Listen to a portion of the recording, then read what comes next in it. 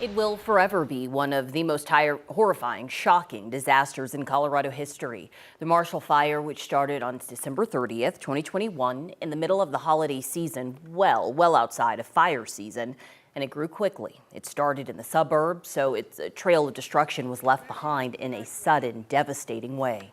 50,000 people had to evacuate Boulder County at a moment's notice. Some sat in bumper-to-bumper traffic, just trying to leave as the smoke and the flames closed in. 2 people were killed that day. More than 1,000 homes were destroyed. Almost 4 years later, some of those lots are still sitting empty. Today's news is that Xcel Energy has agreed to a $640 million settlement.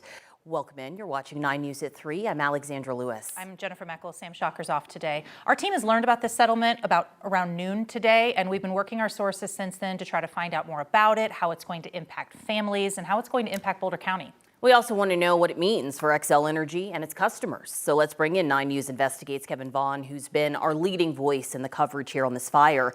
Kevin, remind the viewer specifically why Xcel was facing the lawsuit. Well, Alex and Jenny, the official investigation into the cause of the fire found that it started on property owned by a religious group. They had had a fire several days before. Winds whipped up embers from that old fire and started it. But they also concluded that Xcel equipment malfunctioned and caused a second ignition within that first hour, and that contributed to this fire. That is something that Xcel disputed immediately, has continued to dispute, and has disputed again today after reaching a settlement. But at the end of the day, they were facing lawsuits. Oh, this is a lot of money. Where could it go? Because you've got people involved, you've got insurance companies involved. Yeah, $640 million is a lot of money. Where it's going to go, we're not entirely clear on yet. Likely some of it's going to go to insurance companies that paid to rebuild people's homes. Some of it may go to those homeowners themselves who are out money for deductibles, or if they didn't have enough insurance to pay the full cost of rebuilding their homes. And there's the reality that some of it's going to go to attorneys. And whether we're going to find out about that, we don't know, because this settlement is going to be wrapped in non-disclosure agreements for all of the people that are involved. You hear settlement $640 million as an Xcel customer. We practically all are. My question is, are rates going up? Where is this money coming from?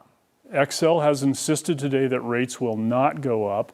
In a filing with the Securities and Exchange Commission that they made, they said that they will cover $350 million with insurance benefits, and then the other $290 million is going to be charged as a loss against earnings this quarter. That's a fancy way of saying they're taking it out of this quarter's profits.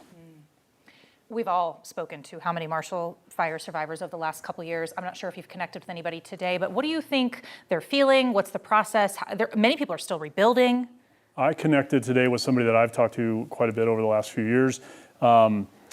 He is part of this lawsuit. He had not yet talked to the attorneys, didn't know any of the parameters of it, and said that he was not sure he was really going to be able to say anything about it. So I know at least some people are still waiting to get the details. Yeah. I'll be curious how the community's feeling about this today too. Yep, this is a day that's been long in the making, and still it feels like so many questions need to be answered. And we know, as you have been for the last 3 years, you'll be on top of it for us. Kevin, thank you. Thank you.